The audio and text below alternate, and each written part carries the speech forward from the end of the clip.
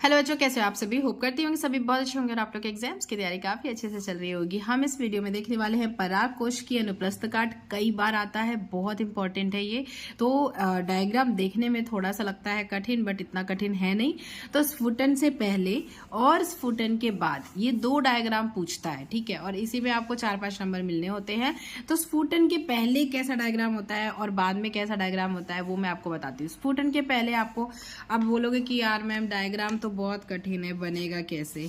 तो हम अब इसे बनाएंगे, ठीक है। ओके, कैसे बनाएंगे, कैसे बनेगा डायग्राम।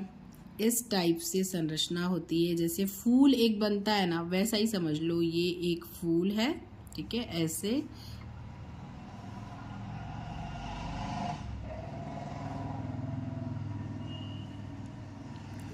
ऐसा। या अमीबा देखा, अमीबा पढ़ा होगा आपने जब साइंस पढ़ना शुरू किया होगा। इस टाइप का स्ट्रक्चर होता है जिसमें 1 2 3 4 मतलब, या फिर आप इसको बटरफ्लाई की संरचना मान लो। बटरफ्लाई होता है ना, ऐसे ऐसे, ठीक है, ऐसे ऐसे, कुछ भी मान लो जिससे आपको याद रहे, ठीक है। तो ये अमीबा की स्ट्रक्चर जैसा है, ऐसा समझ लो। अब इन पांचों में ना, मतलब इन पांचों जगह पे एक ऐसे गोले होते हैं। एक यहाँ गोला होगा, एक यहाँ गोला होगा, एक यहाँ होगा। आप इसे सजाने तो बैठोगे नहीं, आपका फाइनल एग्जाम है, टाइम कम है, कम टाइम में पूरा बनाना है। चारों में बना दिया। अब फिर इसमें अंदर एक और लेयर बनाओ। एक तो रहता नहीं है, रंगोली जो बनाता होगा उसको अच्छे से बनेगा। तो ये हमने इसमें एक एक और गोला बना दिया, बना दिया, बना दिया। एक यहाँ पे भी बनेगा भाई, मेन वाला, बीच वाला, ये ऐसे बन गया। और हमने इसको भी कवर कर दिया। ओके, डन, सब डन हो गया। अब इसके बीच वाला बनेगा यहाँ पे, ये देखो इस तरीके से फ्लावर बनाते हैं ना, जैसे फूल समझ लो यार। ये देखो ऐसे बना के देख लेना तो समझ में आ जाएगा। इस टाइप से हमने फ्लावर जैसा इसका स्ट्रक्चर बना दिया, ठीक है। अब इसमें केंद्रक बनाना मत भूलना, क्योंकि ये फ्लावर नहीं है, ठीक है। ये हमने बना दिया केंद्रक। अब ये बन गया अंदर। अब इसके ऊपर से भी एक लेयर बनेगी, ऐसे ऐसे ऐसे ऐसे ऐसे ऐसे ऐसे ऐसे ऐसे ऐसे ऐसे ऐसे ऐसे ऐसे बना देना, ठीक है। ये हमने बना दिया। सेम ऐसा ही इसमें भी ऐसा होगा। ये इसके अंदर क्या होंगे, खूब सारे केंद्रक बनेंगे। पहले तो ये इधर की ओर बना दो, चौकोन जैसा बनाते गए, ये देखो, या फिर ऐसा बन गया। अब इसके अंदर क्या हम बनाएंगे, इसके अंदर हम बहुत सारे केंद्रक बनाएंगे। बन गया। अब इसमें भी एक एक बिंदी कर देना, इसमें इसमें इसमें इसमें ऐसा, ठीक है। इसी तरीके से आपको ये भी इधर भी करना है, इधर भी करना है, इधर भी करना है। ये बन गया हमारा, ठीक है। अब इसको बॉक्स बॉक्स बना के पूरा भर देना है, ठीक है। कैसे बनाओगे बॉक्स, ये देखो यहाँ से ऐसे ऐसे करके किया, ये ऐसे ऐसे ऐसे,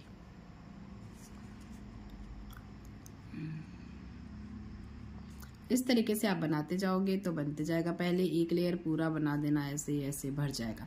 इस तरीके से आपका पूरा डायग्राम बन जाएगा। बहुत कठिन नहीं है। नेमिंग बस ध्यान रखना कि क्या क्या नेमिंग आपको लिखना है इसमें, ठीक है। तो ये मेन जो हमारा ये वाला है ना, ये हमारा है संवहन पूल। क्या है, संवहन पूल बोलते हैं इसको, ठीक है। फिर ये हमारी, ये जो लास्ट ऊपर वाली है, ये है बाह्य त्वचा, बाह्य त्वचा, ठीक है। मध्य परत कौन सी है, ये बीच वाली है, ठीक है। इसको बोलते हैं हम मध्य ये बाह्य त्वचा है, ये अंदर की है मध्य परत। टेपिकम होता है इसमें, ये क्या है, टेपिकम, टेपिकम, टेपिकम हो गया। अब अंदर जो है वो लघु बीजाणु मात्र कोशिका है, मतलब इसके अंदर जो है ये वाली जो है, ये क्या है, लघु बीजाणु मात्र कोशिका, ठीक है। ये है हमारी लघु बीजाणु मात्र कोशिका। कुछ और, पराग कोश भित्ति, और ये हमारी सबसे ऊपर वाला जो ये है, ये ऐसा हम बना रहे हैं, इसे हम कहेंगे पराग कोश भित्ति। तो ये क्या बन गया हमारा, ये हमारा स्फुटन के पहले का पराग कोश का अनुप्रस्थ काट बना है। ठीक है, देखो कहीं भी मतलब ऐसा नहीं है ना कि कठिन है, कठिन बिल्कुल भी नहीं है। आप ऐसे कठिन समझ के छोड़ दोगे तो फिर कैसे चलेगा, फिर नंबर कैसे मिलेंगे। तो ये स्फुटन के पहले का है। अब स्फुटन के बाद का बताती हूँ। ठीक है, यहाँ मैंने डीएनए का बताया था आपको। अब इस स्फुटन के बाद का भी सेम ऐसा ही बनेगा, बस इसमें क्या है ना कि खुले हुए बनेंगे। कैसे बनेंगे, देखो जैसे ये अंदर की ओर है, ये और अंदर चला जाएगा और ये खुला हुआ हो जाएगा। कैसा, एक किसकी संरचना बताओ, ऑक्टोपस की संरचना। ठीक है, ये ऊपर ये ऐसे हमने शुरू किया था। ठीक है, ये ऐसा ही रहेगा, ये ऐसे, और ये अंदर की ओर देखो, ये ऐसा संरचना हमारा बनेगा। ये बन गया।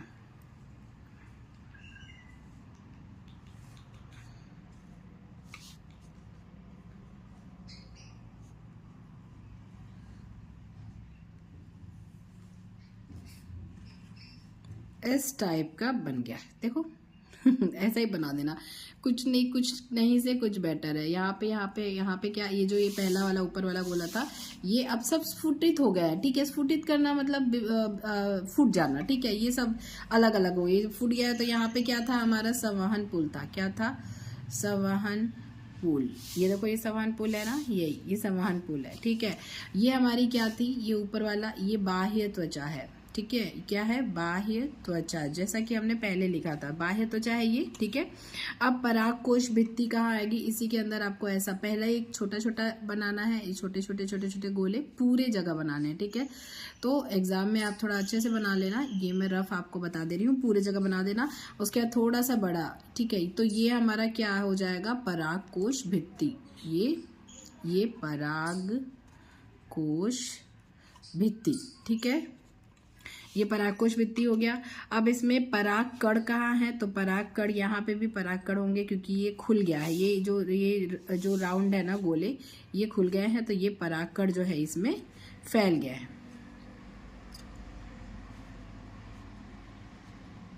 और बाहर भी आने लगे। तो ये क्या है, हमारे पराग कण।